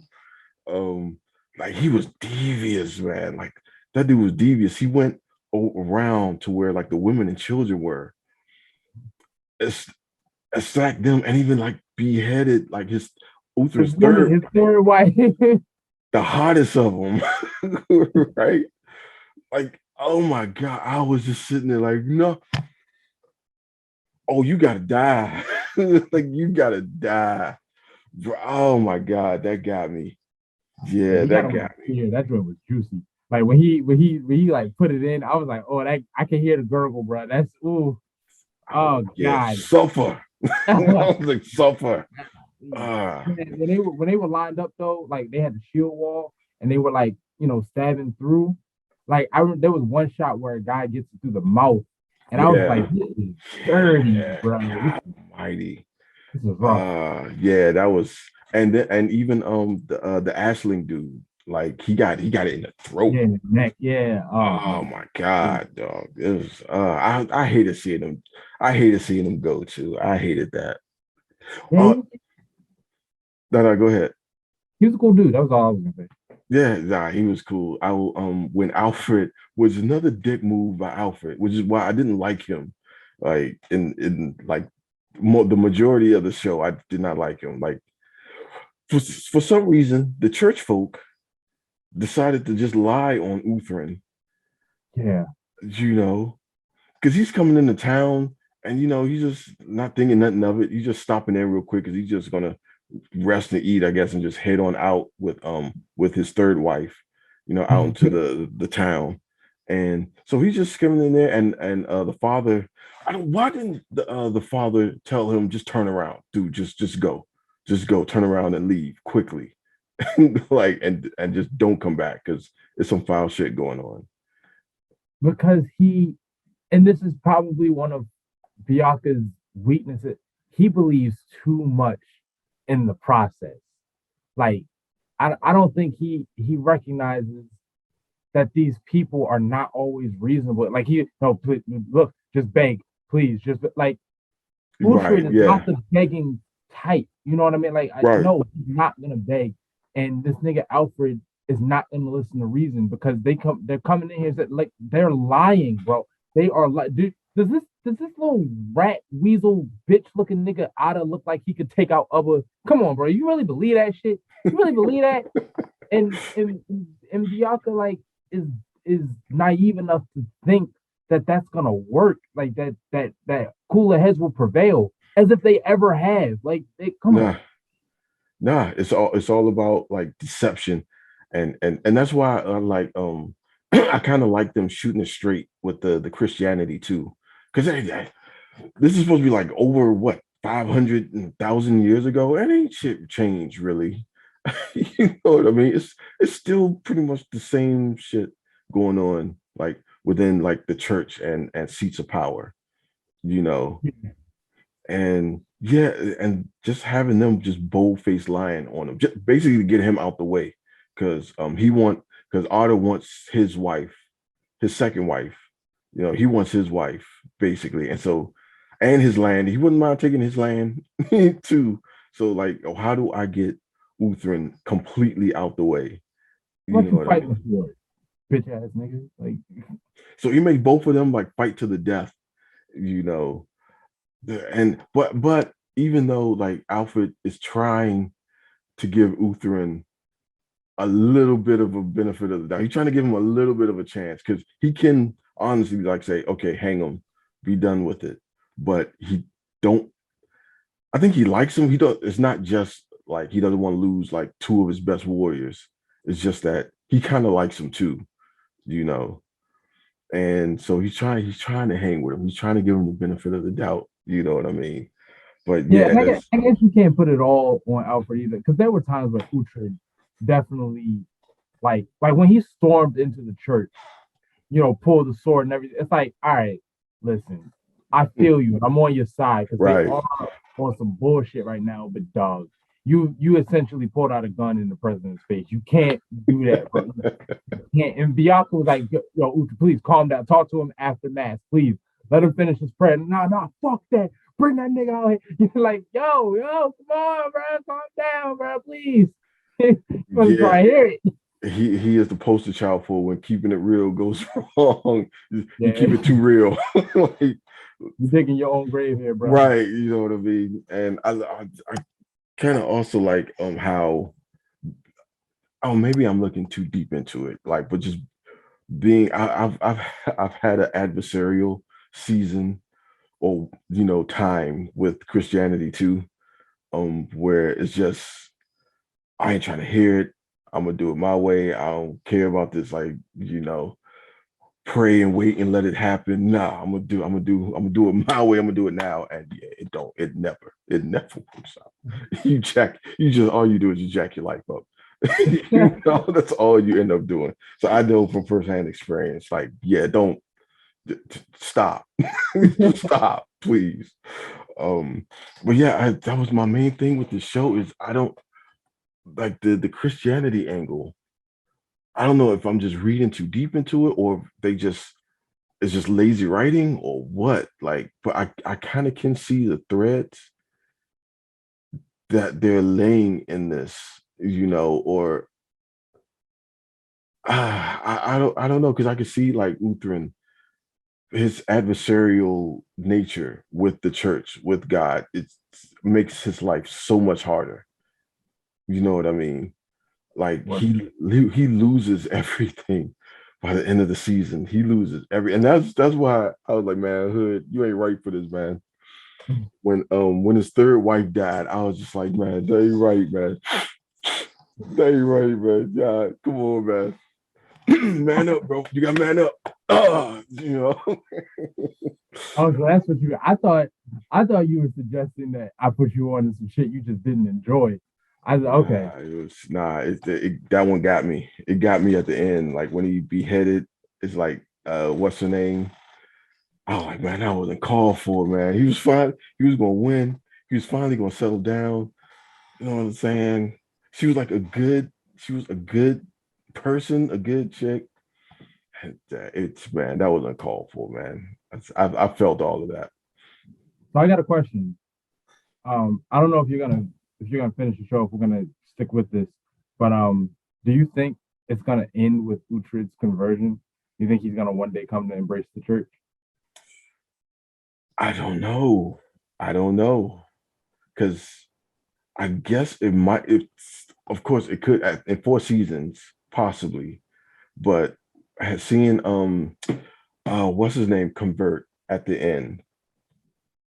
Like, and I like how they played the long game with him too. Um, but yeah, seeing him convert at the end, possibly. But yeah, I mean, it was tough to get into, but I ended up enjoying it. So I don't know what's your score? What you gonna give it? 4.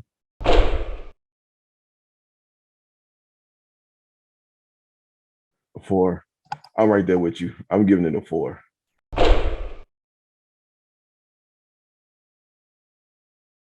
Um, as yeah, Uthran's pretty ass is just too. I don't know. It's a lot of it just took me out of it. It's like, right, this nigga should be dead. Ain't no way he's getting out of this. I'm saying, like, there's no way. But yeah, no, it really hit me at the end when like old girl was beheaded, and I'm like, oh nah, you gotta go. You gotta die. And you knew it was crazy when the priest was like on the front lines damn near. Yeah, Yeah. but I mean, he said it. You'll see me there, and you won't have to look far. What's up, nigga? What's You ain't lying. up? That was crazy. I'm like, oh damn, oh yeah, y'all done fucked up now. But maybe they're saying that like even when the priest, because the priest never fought like throughout the rest of the season, the priest was just like on the sidelines kind of. Mhm. But like I guess they're saying when the priests were actually like fighting on the like on the front lines, damn near fighting, that like okay, God was fighting with them in this Yeah. battle, kind of. But again, I don't know if that's what they were trying to say, or I'm just reading too much into it. I don't know. I, I think that's a pretty safe bet. All right, I guess so. Yeah, all right, 8 out of 10 on season one. Yeah, it's good. Yeah, I want to. I can't wait to get into season two and see what else is going to happen. But Ooh, I still can't get over the fact that you have a fucking mulch cup, bro. I need yeah, bro. It's maxbooks.com. cups. Get yours today. Self sponsorship. That's so cool, man. It comes with a bundle. You get the paperback and the cup for 10.99. Man, I might go And and cop it myself. yeah, and sign up for the newsletter. They have a coupon that comes with the newsletter. You know. Yeah, newsletter. See, I gotta step my game up, bro. Yeah, you don't have a newsletter? No, I haven't sent anything out on it yet, but I got a newsletter. I mean, give me the program, bro. I got it. You got to do that. I got a newsletter. I mean, I ain't rate shit, but like, I got one. What's up with you? Where's yours at? Yeah, man. Come on, man. Shit. Ain't nothing on it, but yeah, I got one.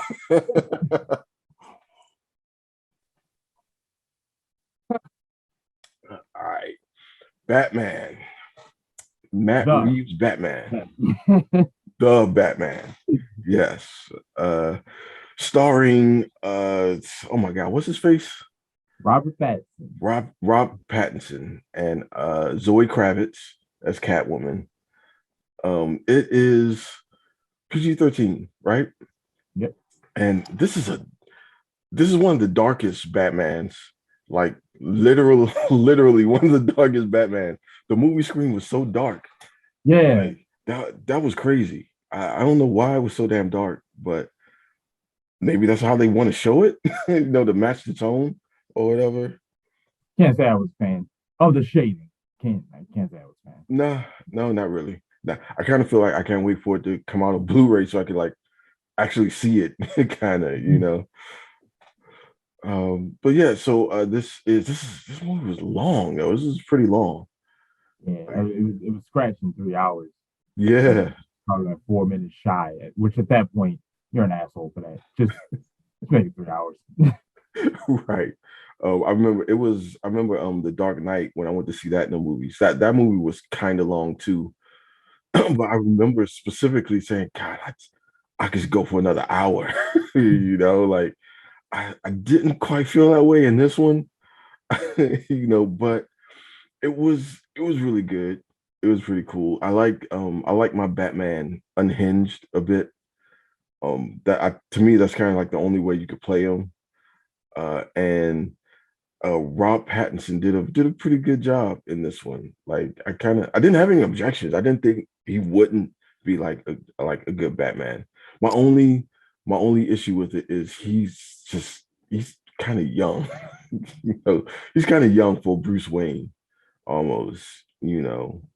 Um and he has like this, so this is like a hot topic Batman.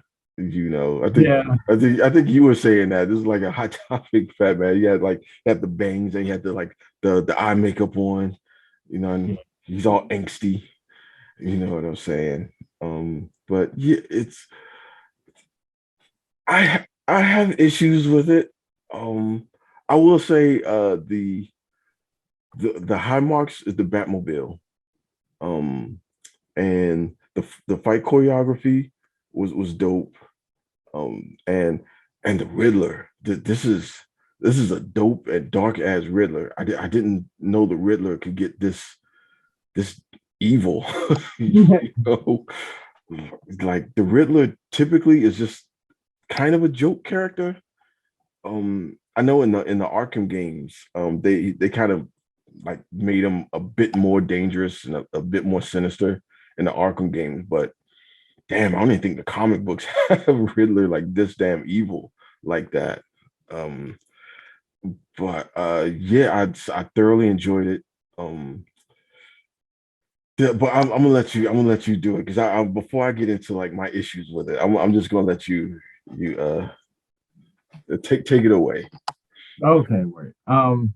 Well, for one, I'm just glad that I was validated because you may not have had any objections, and I didn't have any objections to Robert Pattinson either, but I had to ward off a lot of naysayers who were like, man, what the hell you got Edward from Twilight playing Batman for? I was like, bro, he has not been Twilight. Yeah, come on, So, man.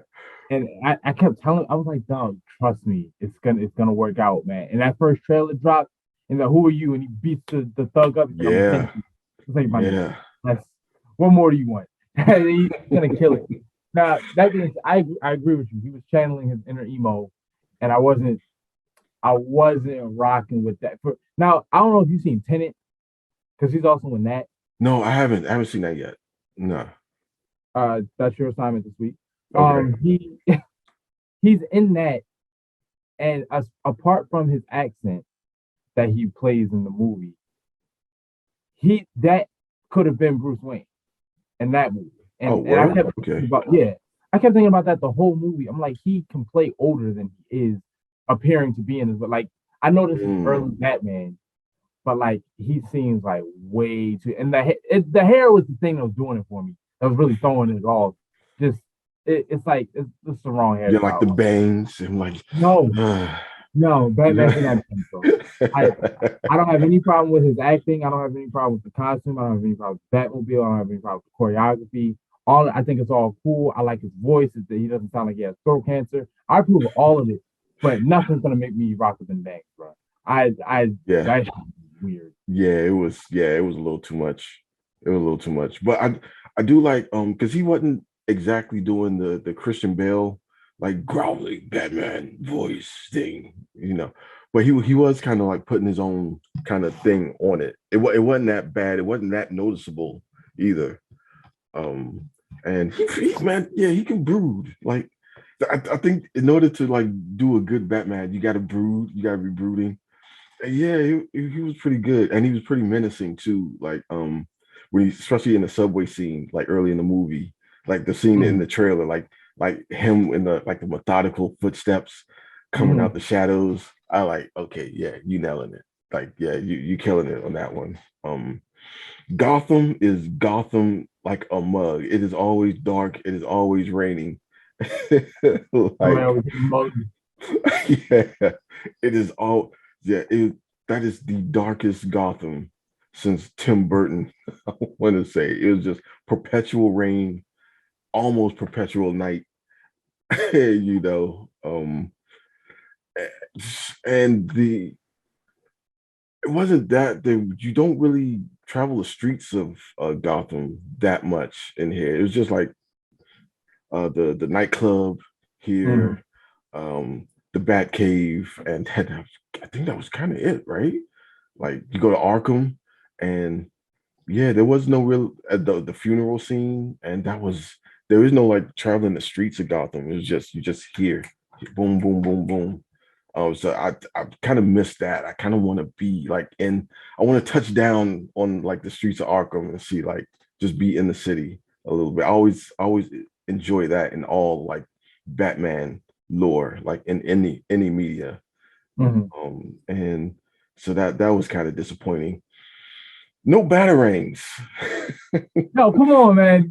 Yo, chill. You had to hurt me like that. You did not have to hurt me like that. Because you know I was asking for one the whole movie. Every time he reached for his anything, I was like, is this the batarang? I'm gonna see the first batarang in this movie. They didn't give me one. They didn't give No, me one, bro. nah. He had only one massive batarang on his chest. He only used it one time, and it was. But okay, maybe this is early Batman, so he doesn't know about the batarangs. I guess it A was. batarang, bro. Yeah, it didn't feel right. It didn't feel complete. Like, what is a Batman movie with no batarangs? I, I felt that it feels like a weird thing to complain about or to miss, but I felt its absence. It's so strange, like because I was probably a solid 2 hours into the movie before I even noticed. But right. then, like once Yeah. I did, I was like, yo, where's that right, bro? Yeah. What's going on? Because until you said something, I was like, oh shit, yeah. What? Where's the damn batarangs? What? Wait a minute. There were really there were no bat toys in this really. Like it was like he had the grappling hook and he had the little knife thing and the big like medallion batarang and that was kind of it, man. This is a bare bones ass Batman. Got no Like, shark spray. well, and this is one of the things that pulled me out of the movie. It's like with Uthram in the Last Kingdom. Like, come on, man. He's coming out of. There's a scene in the funeral scene, which unfortunately you had to step out. You kind of missed, but he there was the DA that Selena Kyle was talking to in the nightclub. The Mhm. Riddler ended up snatching him up, and so he disappears up until like the funeral scene. And so like he steps out of a car with like a bomb strapped around his neck. Mhm. And so like and there's like riddles, the total like what the Riddler would normally do is like you have three riddles to solve in order to stop the bomb, and so they're going through the riddles, and on the last one they're trying to find out who the rat is, like, Mhm. and so he's like face to face with the DA with the bomb strapped on his neck, and Mhm. like trying to like give him up, just give him up. He's like, man, I'm dead anyway. If I give him up, I'm dead. My family's dead, or whatever. And like time is winding down, and so I'm like, are y'all gonna solve this thing? Because it's like oh, y'all got like a minute left. Like give him up. Like 30 seconds left, and he's still like face to face, and time is clicking down. And I'm like, are you going to stop this damn thing or what? And damn bomb explodes with Batman holding him In basically his like this face. in his face, bro. And I'm like, oh, they didn't kill Batman. Like, holy shit, they didn't kill Batman. Like, what are we doing here? This nigga gets up after the bomb explodes. It's still pretty. It's like still not a scratch, Wow. not soot. And I'm sitting there like, and me and Alex Z, we kind of like just looked at each other like, ain't no way, ain't no way. Like, come on, bro. And that kind of it took me out the movie a little bit. I'm just like, oh, we in full on just comic book land with this, I guess. Like he's a normal guy. Like Yeah. So yeah, that was one of my main complaints, and it's just like, what are we doing with this Batman? Like, I listen. I know we had a conversation when we left the movie, um, about some of the improbable stuff that he was surviving, and I defended the movie. See, if I had known about that scene, if I had seen that scene, I probably wouldn't have been so quick to offer pushback because I was, I personally, and you remember I said this, and I stand by it. I personally do not feel like Batman is human. I know that he is, but he's not.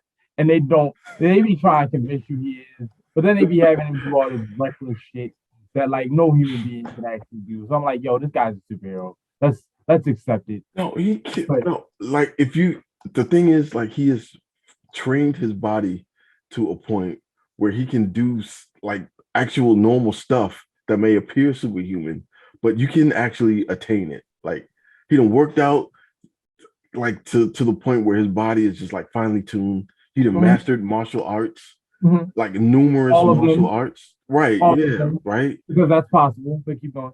Yeah. I mean, it's feasible, right? Oh, okay, yeah. It is feasible that you 49 can. different degrees, Yeah. All right? by the time he's like, what is he supposed to be, like 30 or something in Batman lore? But you Sounds can about do right. it. Yeah, you can. It's doable. But he's a normal, rich white man. He's a normal human being. Yeah, my dad's 50 with a genius level IQ, and he's only on his second master's. But go up.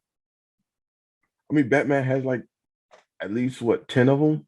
You know, Yeah, by 30, it, by the age it, of it 30. checks out. But yeah, like no, like his superpower is that he is a rich white male. That's his superpower.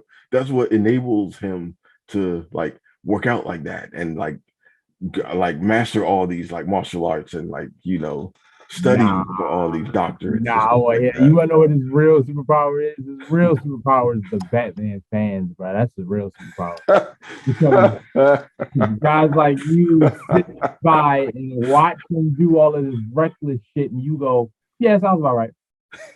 Because you cheered when he beat up Superman, as if that's possible. It's yes, he can. Yes, Oh, okay. All right. Yeah, yeah, yeah, that makes sense. yes, he has, man. I don't know Not why. canon. It is one. I got the comic books that I could go upstairs right now. No, actually, it might be in my parents' house, but I can go and get the comics and The show Dark you. Knight Returns don't count. No, beyond that though, there's Batman other Hush don't count. beyond that. There's actual. I mean, and plus, how many other examples do you need to see that Batman is that dude? He can take out the entire Justice League by Justice himself. League War counts, where Superman beat the piss out of him. Yeah, Like that nothing. happens too. Yeah, yes, that happens too. Yes, because he is at the end of the day, he's just a regular dude. So yeah, You Ba- uh, seen Invincible, right? huh? You seen Invincible, right? The show. Yeah, yeah. Remember when the Batman character, fought Omni Man?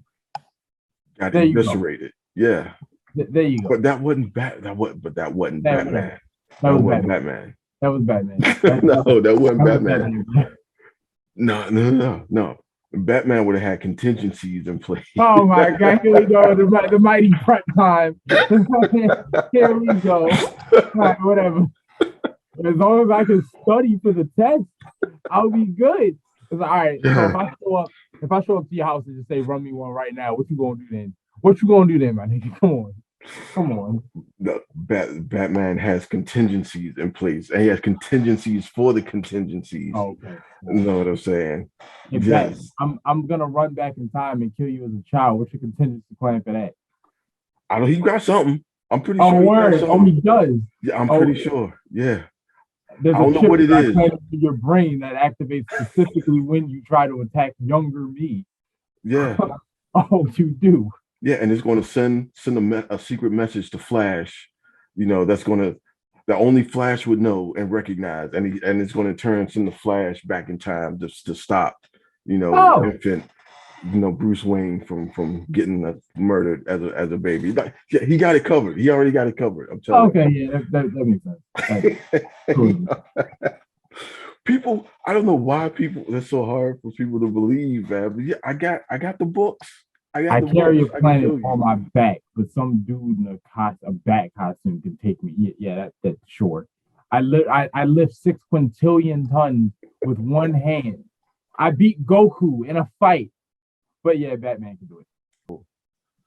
Getting blown up in the face was like the major thing, and then like at the end, he like swoops in with like all these like dudes in masks and shotguns and shit, and just charges in at him like head on. I know his suit is Kevlar or whatever, but my guy took a shotgun blast like point blank. It's still not a scratch. Yeah, yeah, I give you that. Not a scratch. I'm just like, okay, okay, all right. We just way out in comic booky world with this movie. Like Batman's just impervious. See, this movie kind of like goes to your argument of like Batman being more than just a regular dude. Like he could take like C4 blast to the face. He could Yeah, take shotgun blast. He can electrocute himself. yeah, that was Like fall wild. in the water. That was wild. Yeah, Like the mayor, the what I thought was funny, the newly elected mayor, like this like multiple snipers out there, and she's like, no, I'm going to go out there and I'm going to talk to the people. They need a leader. Yeah, and then it goes out to the podium and immediately get like, oh, that was so funny. I was like, yeah, oh, thank you. correct answer. But then 10 minutes later, 10, 15 minutes later, like she's like shot, like center mass type of shot where like they need to, she should be damn near dying. They need to like rush her to a hospital quick. 15 minutes later, she's out walking in the water, with a bandage on her. And it's just like, what is happening right now? What? Okay, all right, I guess. Up until that point though, it was a good movie. They had like a kind of a retcon where God, what's the gangster's name? Was it Oh, Maloney? or Maroni, Falcone, or Yeah, Maroni. was it Falcone? Yeah, who was like a kind of an infamous gangster in like the Batman lore. Mm-hmm. Like he in this movie, he's Selena Kyle's father. So, and I don't think that's canon, but whatever. It's a movie, so okay, whatever. And they have like the whole mystery with that, and I love they touch on like Thomas Wayne too. Like it's not the first time in a Batman story where Thomas Wayne was like kind of had some shady dealings in the Gotham underworld. Mm-hmm. That was pretty cool. And played by John Turturro, which I was blown when I found that out. I was like, oh, is that right? Cool. Because I like him as an actor, but most of the stuff I've seen him in are the goofy Transformers movies. So it's like that's you know, Oh God, really? Oh no, he's played in a bunch of like stuff, and he's good in everything he's in. He kills like every role he plays. Like, yeah, including the Transformers, that dumbass Transformers movie. My God.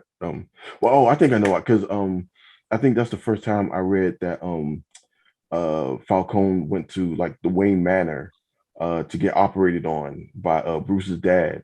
So he had to operate like and take a bullet out of him and save his life or something like that. I think that was the first time. And like he, even though he knew it was shady, he still like he wanted like Bruce's dad wanted to be like a decent dude and like operate on him and try to save his life or whatever. Just kind of do the right thing or whatever. right? Yeah, that's cool. But Yes. I mean, it's too bad that he's secretly evil, apparently. Yeah, apparently. Yeah. So yeah. So what's your score? What you giving it? He's getting a solid 5, bro. Easy. You giving the I five? love I love this movie from top to bottom, man. I and the thing that like took it over to like the five for me, honestly, is when the Riddler enacts his plan. It like it's this uncomfortable truth that in this day and age now, because we have the digital age or whatever, you can amass an army from your basement, bro. Like you can Yeah, you spout the right kind of rhetoric, and people will show up in mass. yeah, And I was just like, that is so dangerous. But like, and the fact that because you remember when the Joker movie was coming out, and there was all this fear. Some theaters didn't want to show it, yeah, and I was like, come on, yeah, guys, you can't shy away from. And then it's almost like this movie exists to as like a this is what that fear is based. Everything that they thought the Joker movie was going to be, this is why they're afraid of that because guys like this do exist who will yeah, bring together these extremists who will then go out into the world and enact these atrocities or what. So it's like it's I don't know. I'm not saying that it was made because of that, but it's an odd poetry that now movies in the Batman universe kind of have. Like you can sit down and watch the Joker, and then you can put in the Batman right after, and it's almost like a compliment to that movie. yeah, yeah. And to add like a kind of insane twist to it, like there was it the Dark Knight or Dark Knight Returns came out? There was that guy in Colorado that like Oh yeah. trying to be a Joker or something, and, like shot up the movie theater and whatnot. And so like, yeah, that's not only like the Batman universe being pr- pretty accessible or like more accessible than like an average comic book, and like having their their villains being like iconic and like the villains have fans. You know what I'm saying? And so yeah, it is that kind of like, the Joker movie, like, oh, this is like a incel clarion call, it's gonna inspire all the incels to go out and do some stupid shit or whatever. But yeah, that was it's always terrifying to see like people using the internet and social media to like amass an army of deranged killers, because it sounds like the plot of a bad comic book movie, but it's kind of real life, know. Like no, that actually can and probably is a, dare I say, a matter of time from happening at this point, you know. So yeah, that was like a like watching like, oh damn, they're going this route with it. You know what I mean? Like, oh, we sidestepping comic book territory. We going like real life horror right now. Um, so yeah, I'm giving it I'm giving it a five.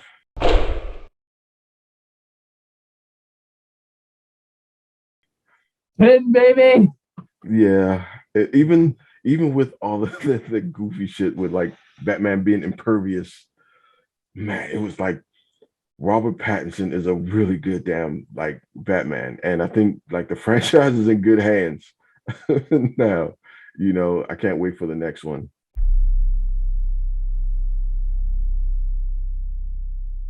Um, I really wish because in Arkham, when a Riddler was finally in Arkham, there was a moment when they have the Joker like in the cell right next to him. And Yeah. there was a moment where I was like, wait a minute, is that Joaquin? That Joaquin, yeah. Yeah, like, is that Joaquin? Oh my god, holy shit, wait. But no, it wasn't Joaquin Phoenix. Which that was so disappointing. You know what would be interesting? Um, because in the Joker movie, he met Bruce as a child, right? And it heavily implied that his riot is what led to the Wayne's getting shot.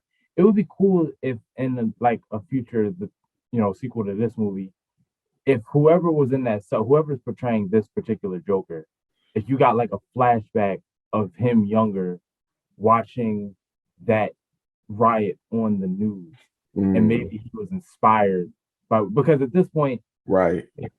since that Joker knew Bruce as a child, it wouldn't really make sense for that Joker to fight Batman because of the age difference. You know what I mean? Like he's got to Yeah. be pushing what, like 70 by now at that point. Yeah, because Um, that was supposed to be like the early 80s. And that's like in the trailers, I thought that might be a possibility because the trailers make it seem like it might be like late 80s, early 90s time frame, you know.